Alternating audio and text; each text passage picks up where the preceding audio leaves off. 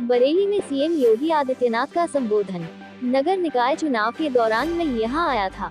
उस समय मैंने आपसे कहा था कि डबल इंजन के साथ ट्रिपल इंजन भी जरूरी है, और आप लोगों ने उमेश गौतम को अपना महापौर चुना। उसके लिए आप सभी का धन्यवाद। आज 3405 करोड़ की परियोजनाओं में शिक्षा, स्वास्थ्य, विकास से जुड़ी हुई है। आज हम सब एक नए भारत के दर्शन कर रहे हैं, एक ऐसा नया भारत जो वैश्विक स्तर पर चलता है तो दुनिया उसको फॉलो करती है। विकास की योजनाओं का लाभ बिना भेदभाव के मिल रहा है। आईआईटी, एम्स, एयरपोर्ट आज भारत को नई पहचान दे रहे हैं। विकसित भारत संकल्प यात्रा चलाई जा रही है। बिना भेदभाव के हर योजनाओं को गरीबों तक पहुंचना है। यहाँ चेहरा देखकर योजनाओं का लाभ नहीं दिया जाता। यहाँ विकास नोएडा में होता है तो काशी, प्रयागराज, अयोध्या में काम हो रहा है तो बरेली में भी नाथ कॉरिडोर बन रहा है।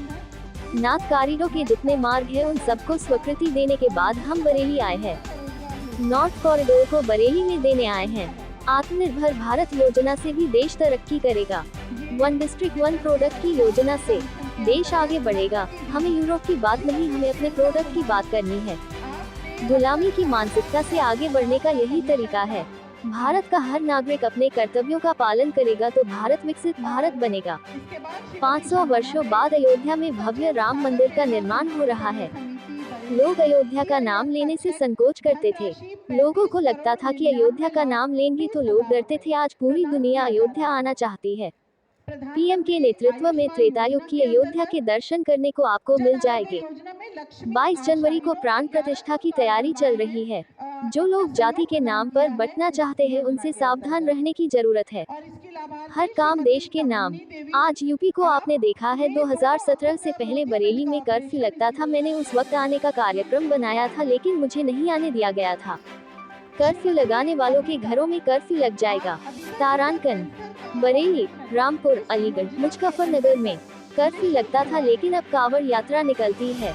योगी आदित्यनाथ ने कहा कि जब भगवान राम की प्राण प्रतिष्ठा होगी तो पूरी दुनिया में सनातन धर्म के लोग होंगे। वो 22 जनवरी को उनके लिए एक नया विश्वास है। 14 से 20 जनवरी तक स्वच्छता अभियान चलेगा। हर मंदिर में रामायण करिए।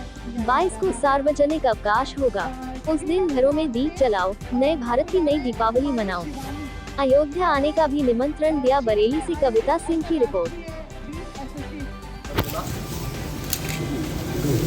बरेली की वर्षों से लंबित श्रीनाथ कॉरिडोर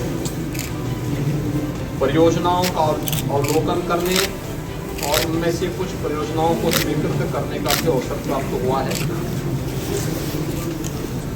अभी हम लोगों ने इस पूरी कमिश्नरी के समीक्षा के माध्यम से चल रही विकास की परियोजनाओं और जो प्रस्तावित योजनाएं हैं उन पर भी विस्तार से माननीय जनप्रतिनिधियों और प्रशासनिक अधिकारियों के साथ में इस पूरी कमिश्नरी में क्या कुछ चल रहा है इसके बारे में हम लोगों ने यहाँ पे विस्तार से चर्चा की है।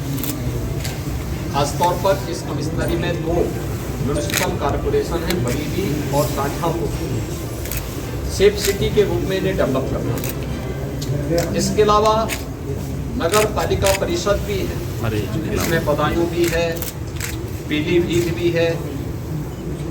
इन्हें सेफ सिटी के रूप में कैसे हम डेवलप कर सकते हैं इसमें भी विस्तार से चर्चा हुई है। और मुझे बताते हुए प्रसन्नता है कि ये केवल सरकार की योजना नहीं बल्कि आम जन की भागीदारी भी इसके साथ हो सके।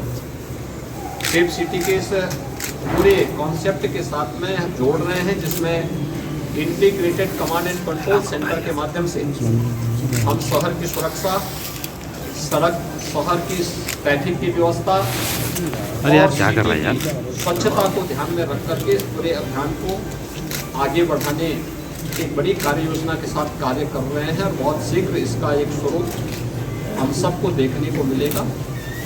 माननीय जनप्रतिनिधियों ने विकास की बहुत सारी योजनाओं के बारे में अपने सुझाव भी दिए और अपने प्रस्ताव भी प्रस्तुत किए हैं। इनमें से बहुत सारे प्रस्ताव शासन ने पहले ही स्वीकृत किए हैं, बहुत सारे सरकार के संज्ञान में हैं, उन पर सरकार के स्तर पर गंभीरतापूर्वक विचार किया जा रहा है। मुझे पूरा विश्वास है कि प्राकृतिक संसाधनों से भरपूर हमारे चारों जनपद बरेली, बदायूं, शाहजहांपुर और पीलीभीत यहाँ की उन अनंत संभावनाओं को न केवल यहाँ की खुशहाली के लिए बल्कि प्रदेश की समृद्धि के लिए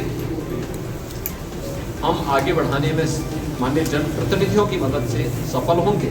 और इसी दृष्टि से आज यहाँ का मैंने निरीक्षण भी किया है, जनसभा में कुछ योजनाओं का लोकार्पण और शिलान्यास भी किया है, कुछ अभी परियोजनाओं का अभी अवलोकन करने भी निकल रहे हैं। मैंने कहा आपको इसके बारे में अवगत करा दें। बहुत बहुत धन्यवाद।